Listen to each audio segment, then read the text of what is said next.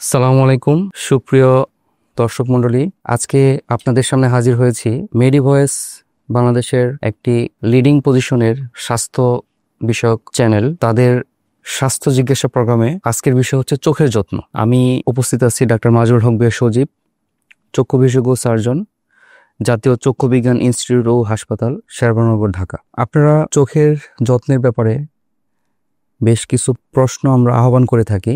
সেই প্রশ্নের আলোকে আজকে কিছু আপনাদের সাথে কথা বলবো। প্রশ্ন 1, নাম মোহাম্মদ সিয়াম হক। তিনি প্রশ্ন করেছেন, আমি অনলাইনে ক্লাস করি কিন্তু 1-2 ঘন্টা পর পর চোখ চুলকাতে শুরু করে এবং লাল হয়ে যায়, এর কারণ কি? জি ভাই, ধন্যবাদ মোহাম্মদ সিয়াম হক আপনার একটি সুন্দর প্রশ্নের জন্য। আসলে আপনি অনলাইনে যেহেতু সময় দিচ্ছেন, অনলাইনে ক্লাস করেন, আমাদের চোখে ডিজিটাল আই সিনড্রোম বা কম্পিউটার ভিশন সিনড্রোম নামে এক ধরনের রোগ সাম্প্রতিক সময়গুলোতে হচ্ছে। এটা হচ্ছে যারা দীর্ঘ সময় ধরে ডিজিটাল স্ক্রিনে কাজ করে তাদের এই সমস্যাটা প্রকোপ একটু বেশি। ডিজিটাল ডিভাইসের সামনে আমাদেরকে বারবার অনেকক্ষণ চোখ দিয়ে আমরা মনোযোগ দিয়ে তাকিয়ে থাকি, এতে করে আমাদের চোখের পাতা ফেলার প্রবণতা কম হয়। সাধারণত আমরা যতটুকু চোখে পাতা ফেলি তার চেয়ে অনেক কম পাতা ফেলি আমরা ডিজিটাল ডিভাইস ব্যবহার করার সময়। এতে করে দীর্ঘক্ষণ থাকাতে এবং কাছে কাজ করার জন্য চোখে ব্যথা হতে পারে, চোখে আপনি ঘোলা দেখতে পারেন, তারপর চোখ দিয়ে পানি পড়তে পারে। একটু বেশি পরিমাণে যদি আপনি অনলাইন স্ক্রিনের উপর থাকেন তাহলে চোখ জ্বালা পোড়া করা, লাল হয়ে যাওয়া, এই ধরনের সমস্যাগুলো ধীরে ধীরে তৈরি হতে পারে। সেক্ষেত্রে আপনাকে বলবো না যে আপনি অনলাইন কাজ থেকে বিরত থাকেন, সেটা না। আপনাকে কিছু মডিফিকেশন নিয়ে আসলে আপনি ইনশাল্লাহ সুস্থ থাকবেন। সেই ক্ষেত্রে প্রথমেই বলবো, আপনি আমাদের একটি ইন্টারন্যাশনাল রিকগনাইজড নিয়ম আছে 20-20-20, 20-20-20। আপনি 20 মিনিট পর পর 20 সেকেন্ডের জন্য আপনি যে রুমে কাজ করেন তার 20 ফিট দূরে তাকানোর চেষ্টা করবেন। অর্থাৎ আপনি 20 মিনিট পর পর 20 সেকেন্ডের জন্য ব্রেক দিবেন এবং 20 ফুট দূরে তাকাবেন। দূরে তাকিয়ে বারবার চোখের পাতা ফেলবেন। এভাবে যদি আপনি এই নিয়মটা মানেন তাহলে আপনি দীর্ঘক্ষণ আপনি কম্পিউটারে ডিজিটাল স্ক্রিনে কাজ করতে পারবেন। দ্বিতীয়ত হচ্ছে গিয়ে, আপনি যে পজিশনে বসে কাজ করেন দেখতে হবে যে আপনার আরামদায়ক পজিশনে আপনি বসা আছেন কিনা, আপনার কোনো ধরনের অন্ধকারে ফোন অথবা ডিজিটাল ডিভাইস বেশিক্ষণ ব্যবহার করা যাবে না, পর্যাপ্ত লাইট থাকতে হবে রুমে। আপনার এই ক্ষেত্রে সমস্যা যদি বেড়ে যায় তাহলে আপনি এই ক্ষেত্রে কিছু আমরা আর্টিফিশিয়াল টিয়ার আমরা সাজেস্ট করে থাকি, সেটা রোগীর অবস্থার উপর ভিত্তি করে। সাধারণত এটাকে আমরা কম, মধ্যম এবং অধিক, এই 3টা ধাপে ভাগ করে থাকি। আর্টিফিশিয়াল টিয়ার আমরা আসলে এটা চোখ দেখে তারপর এটা প্রেসক্রিপশন করি যে কোনটা আপনার জন্য ভালো হবে কন্ডিশন দেখে। চেষ্টা করবেন যে আপনি 20-20-20 রুলসটা ফলো করার জন্য। পাশাপাশি ব্লু ফিল্টার বা ব্লু কাট চশমা আমরা ইউজ করতে পারি। আশেপাশের পরিবেশে যেন আপনি কমফোর্টেবল থাকেন আর কি, ডিজিটাল স্ক্রিনে কাজ করার সময় আপনি কমফোর্টেবল থাকবেন, তাহলে এটি আপাতত আপনার জন্য আমার মনে হচ্ছে সুইটেবল সমাধান। আমি আরেকটি প্রশ্ন উল্লেখ করছি। একজন লিখেছেন, আমার মেয়ের বয়স 14 বছর, ওর চোখের পাতা অনেকদিন ধরে ফ্যাকাশে লাগছে, আগের মতো স্বাভাবিক রং নেই, শরীর ক্লান্ত ক্লান্ত লাগে, কিছুটা শুষ্ক ভাব মনে হয়, ব্যথা বা চুলকানি এমন কিছু নেই, এমন ফ্যাকাশে ভাব হওয়ার কারণ কি? ধন্যবাদ আপনার সুন্দর প্রশ্নটির জন্য। আপনার মেয়ের বয়স 14 বছর, এটা একটা গুরুত্বপূর্ণ পয়েন্ট আমাদের জন্য।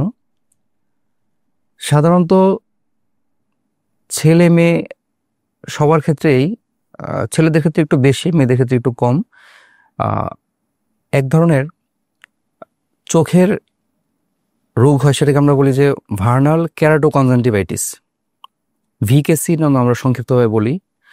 সাধারণত এই রোগগুলা 5 বছর বয়স থেকে 14 বছর বয়স পর্যন্ত বাচ্চাদের হয়ে থাকে, তারপর তাদের অবস্থার ভালো একটা উন্নতি হয়। কারো কারো ক্ষেত্রে এটা 19 বছর বয়স পর্যন্ত লাগতে পারে। তো এক্ষেত্রে সাধারণত আমাদের চোখের স্ক্লেরা যেটাকে বলি, এটা সাধারণত সাদা। তো আমরা এর প্রেক্ষিতে আমাদের যে কনজাংটিভাটা থাকে ট্রান্সপারেন্ট, এটার উপর দিয়ে আমরা সাধারণত চোখ সাদা দেখি। কিন্তু দীর্ঘদিন যদি কারো চোখে চুলকানি রোগ থাকে, অর্থাৎ যেটাকে আমরা বেশিরভাগ বাচ্চাদের ক্ষেত্রে পেয়ে থাকি ভার্নাল কেরাটোকনজাংটিভাইটিস, তাহলে দীর্ঘদিন সমস্যার কারণে চোখে রঙের একটু পরিবর্তন আসতে পারে। এমনিতেও আমাদের বিভিন্ন ধরনের কনজাংটিভাইটিস হলে চোখ লাল হতে পারে। আমাদের চোখে কিছু রোগ আছে যেক্ষেত্রে চোখের কালার নীল কালার হতে পারে, আবার কিছু কিছু ক্ষেত্রে চোখের কালো অথবা একটু বাদামি বর্ণ হতে পারে, সেটা রেসিয়াল ফ্যাক্টর বিষয় থাকে। আবার যদি কোনো ধরনের চোখে কোনো ধরনের টিউমার অথবা অন্য কোনো খারাপ কিছু হয়, সেক্ষেত্রেও চোখের বর্ণের পরিবর্তন হতে পারে। কিন্তু আপনার প্রশ্নের আলোকে মনে হচ্ছে সে দীর্ঘদিন ভার্নাল কেরাটোকনজাংটিভাইটিস রোগে হয়তো আক্রান্ত ছিল, যেটা আশা করি এখন সে ধীরে ধীরে সুস্থতার দিকে যাবে। তো এই ক্ষেত্রে আমরা চোখের অবস্থার উপর ভিত্তি করে চিকিৎসা নির্ধারণ করে থাকি যে তার ক্ষেত্রে কি ধরনের চিকিৎসা দেওয়া দরকার। সাধারণত আপনার প্রশ্নের উপর ভিত্তি করে বলা যায় যে তার যেহেতু এখন চুলকানির ভাব তেমন নেই, আগে হয়তো বা অনেক বেশি ছিল, সেটা থেকে আস্তে আস্তে একটু বর্ণ পরিবর্তন হয়েছে। তারপরও যদি দেখেন যে না, জিনিসটা আরও খারাপ দিকে যাচ্ছে, আরও বেশি পরিমাণে চোখ ফ্যাকাশে ভাব তৈরি হচ্ছে, তাহলে একজন চক্ষু বিশেষজ্ঞের সাথে সরাসরি সাক্ষাৎ করলে মনে হয় ভালো হবে আপনার জন্য। তো এক্ষেত্রে ভয় পাওয়ার কিছু নেই। 14 বছর বয়স যেহেতু হয়ে গেছে, আশা করি ধীরে ধীরে সে সুস্থতার দিকে যাবে। তারপর আপনি একজন চক্ষু বিশেষজ্ঞের পরামর্শ নিতে পারেন। সালামু আলাইকুম স্যার, একটা বিষয় জানতে চাচ্ছি। আমরা 2 ভাই 2 বোন। এক ভাই রাতে দেখতে পান না, দিনেও কম দেখেন। আমার সমস্যা নেই। আমার মামা 3 জন, তাদের 2 জন এমন। মামাদের ছেলে মেয়েদের কারো সমস্যা হয়নি। আবার আমার এক বোনের 2টি সন্তান। ছেলেটি ছোটবেলায় ভালো ছিল, কিন্তু এখন বয়স 8 বছর, চোখে দেখতে সমস্যা হচ্ছে। আস্তে আস্তে রাতে একদম দেখতে পারছে না। আমরা বেশ কয়েকবার ডাক্তার দেখিয়েছি, কিন্তু চিকিৎসা দিয়েছেন, কিন্তু বলেছেন এটা নাকি ভালো হবে না। আমার প্রশ্ন হলো, এখন কি কোনো আধুনিক চিকিৎসা আছে যা দিয়ে এই ধরনের সমস্যা ভালো করা যায়, বা অন্তত উন্নতি করা সম্ভব? আর এটা কি কোনোভাবে স্থায়ীভাবে বন্ধ করার উপায় আছে, যেন ভবিষ্যতে কারোর সন্তানের এমন না হয়? ধন্যবাদ। আপনার প্রশ্নটি অনেক বড়, তো আমি চেষ্টা করব সে আলোকে আপনাকে আপনার অবস্থার উপর ভিত্তি করে কথা বলার জন্য। আপনি এখানে যাদের কথা উল্লেখ করেছেন, দেখা যাচ্ছে সবার ক্ষেত্রেই পুরুষ অংশ এফেক্টেড বেশি, আক্রান্ত বেশি। তার মানে বোঝা যাচ্ছে এখানে পুরুষ অংশ যেহেতু এফেক্টেড বেশি, তার মানে মেয়েরা এখানে বাহক হিসেবে কাজ করে। তো আপনার প্রশ্নের আলোকে আমি ধরে নিচ্ছি এটা হতে পারে রেটিনাইটিস পিগমেন্টোসা নামে আমাদের একটা রোগ আছে, যেটাকে আমরা জন্মগত অথবা বংশগত বলা যায়, বংশগত retinal dystrophy, inherited retinal dystrophy. এটা সাধারণত আমাদের চোখে 2 ধরনের সেল আছে, রড সেল এবং কোন সেল। এটা সাধারণত রড সেলকে প্রথম আক্রান্ত করে, তারপর কোন সেলকে আক্রান্ত করে। অর্থাৎ এই ধরনের রোগীদের ক্ষেত্রে প্রথমে আমরা যেটা বুঝি, তারা সন্ধ্যাবেলা দেখা যায় যে বিভিন্ন জিনিসের সাথে হাঁটাচলা করার সময় ধাক্কা লাগে, কোনো একটা বস্তু থাকলে তার সাথে ধাক্কা লাগে। তারপর তারা সাধারণত সাইড দিয়ে কম দেখতে পায়, অর্থাৎ টানেল ভিশনের মতো হয়, তাকে মাথা ঘুরিয়ে দেখতে হয় আশেপাশের জিনিসগুলো। আর যতই কম আলো থাকে ততই তার খারাপ লাগে চলাফেরা করতে। তো সেই ক্ষেত্রে আপনি যেহেতু অনেক ডক্টর দেখিয়েছেন, ধরে নিচ্ছি এটা প্যাটার্ন অনুযায়ী x link disease, genetic disease. অর্থাৎ এখানে আমাদের অটোসোমাল আছে, অটোসোমাল ডোমিনেন্ট, অটোসোমাল রিসেসিভ এবং এক্স লিঙ্কড রেটিনাইটিস পিগমেন্টোসা। এটা একটু বেশি খারাপ, অন্যগুলোর চেয়ে কম্পারেটিভলি এটা একটু বেশি খারাপ, অর্থাৎ এটা এফেক্ট বেশিরভাগই পুরুষদের ক্ষেত্রে করে এবং এটা উন্নতিটা কম। আসলে এটার স্থায়ী কোনো সমাধান নেই। এটার একটা ট্রিটমেন্ট অংশ আছে, আরেকটি আছে জেনেটিক কাউন্সেলিং, আরেকটা আছে বাচ্চা গর্ভে থাকা অবস্থায় আমরা স্ক্রিনিং করতে পারি, জেনেটিক স্ক্রিনিং করতে পারি। যেহেতু আপনি চিকিৎসার সম্পর্কে জানতে চেয়েছেন, এখানে রেটিনাল ইমপ্লান্ট, তারপর জেনেটিক কিছু ট্রিটমেন্ট, এই জিনিসগুলো হচ্ছে, কিন্তু এখনো এগুলো পরীক্ষাধীন অবস্থায়। এগুলো কিন্তু যাদের সমস্যা কম, অর্থাৎ যারা অটোসোমাল রিসেসিভ অথবা অটোসোমাল ডমিনেন্ট ভেরিয়েন্টে আক্রান্ত, তাদের ক্ষেত্রে দেখা যাচ্ছে কিছু কিছু আশার আলো দেখা যাচ্ছে। কিন্তু যাদের এক্স লিঙ্কড বলতে পারেন, এটা এখনো ঝুলন্ত অবস্থায় আছে। তো এই ট্রিটমেন্টগুলো খুবই ব্যয়বহুল এবং এটার এখনো প্রতিষ্ঠিত হয়নি যে আপনি পুরোপুরি কিওর হতে পারবেন। তো সেই ক্ষেত্রে যেটা করা যায়, নিয়মিত আপনি একজন চক্ষু বিশেষজ্ঞকে, বিশেষ করে রেটিনা বিশেষজ্ঞ যিনি রেটিনা স্পেশালিস্ট, ওনাদেরকে নিয়মিত দেখাবেন। 6 মাস পর পর, 1 বছর পর পর রেগুলার দেখাবেন। এতে করে যখন যা প্রয়োজন হয়, অনেক সময় লো ভিশন থেরাপি লাগে, লো ভিশন এইড যদি প্রয়োজন হয় আপনার জীবনকে স্বাভাবিক করার জন্য, আপনার আত্মীয় স্বজনদের জীবনকে স্বাভাবিক করার জন্য, তখন বিভিন্ন ধরনের সময় সময় পরামর্শ দেওয়া সম্ভব। আর যেহেতু উন্নত চিকিৎসাগুলো, এখানে স্টেম সেল থেরাপির কথাও আছে, জিন থেরাপি আছে, তারপর রেটিনা ইমপ্লান্টের বিষয় আছে, কিন্তু এগুলো এখনো পরীক্ষাধীন অবস্থায় এবং অত্যন্ত ব্যয়বহুল, যেটা আপনার আমার পক্ষে অনেক সময় এটা যেহেতু প্রতিষ্ঠিত না, সেই কারণে আপনি এখান থেকে বলতে পারবেন না যে এটা আপনি চিকিৎসা নেওয়ার পর আপনি ভালো হবেন অথবা সুস্থ থাকবেন, এটা নিশ্চিতভাবে বলা কঠিন। তো এখানে আপনি একটা প্রশ্নের মাধ্যমে জানতে চেয়েছেন যে স্থায়ীভাবে বন্ধ করার কোনো উপায় আছে কিনা। এই ক্ষেত্রে আসলে জেনেটিক কাউন্সেলিংটা খুব প্রয়োজন। অর্থাৎ যখন পরিবার পরিকল্পনা করা হবে, তখন এর পূর্বে কি ধরনের বৈবাহিক সম্পর্ক স্থাপন হবে এবং সেক্ষেত্রে আপনাদের একটা মানসিক একটা পূর্ব প্রস্তুতি, সেক্ষেত্রে কার সাথে কাদের বিবাহটা হওয়া উচিত, অথবা জেনেটিক টেস্ট করে অনেক সময় আমরা এই জিনিসগুলো কমিয়ে নিয়ে আসতে পারি, কিন্তু সেই বিষয়গুলো ভালো আপনাকে বলতে পারবে জেনেটিক কাউন্সিলর যারা থাকে তারা। আরেকটা হচ্ছে মায়ের গর্ভে থাকা অবস্থায় অনেক সময় আমরা প্রিনেটাল স্ক্রিনিং করে নির্ধারণ করতে পারি যে বাচ্চাটি কি এই রোগে আক্রান্ত হয়ে আসতেছে অথবা সে কোন ভেরিয়েন্ট নিয়ে আসতেছে, পরবর্তীতে আমাদের কি করণীয় হতে পারে, এই বিষয়গুলো ভেবে দেখার সুযোগ থাকে। আমি আরেকটি প্রশ্ন পড়ছি। একজন প্রশ্ন করেছেন, আমার ছেলের বয়স 4.5 বছর, প্রায় ওর চোখ চুলকায়, লাল হয়ে যায়, অনেক ড্রপ ব্যবহার করেছি কিন্তু তেমন ফল পাচ্ছি না, এটা কেন হচ্ছে একটু জানাবেন?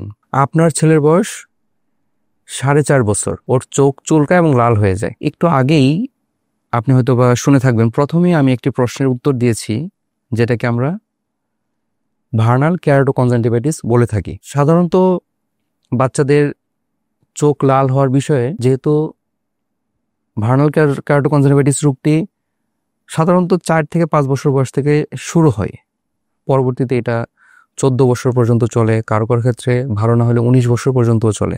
এই ধরনের রোগ যদি ধরা পড়ে, আমরা প্রথমেই বাবা মাকে এই ব্যাপারে আগে অ্যাসিওর করতে চাই, নিশ্চিত করতে চাই যে আপনি বাচ্চার এই রোগ নিয়ে বেশি অস্থির হবেন না, টেনশন করবেন না। কারণ যেই রোগ আপনার 9 থেকে 10 বছর আপনাকে ভোগাবে, এটা নিয়ে যদি আপনি এত কম সময়ে অস্থির হয়ে যান, তাহলে আপনি বাকি সময় বাচ্চার চিকিৎসা করতে পারবেন না।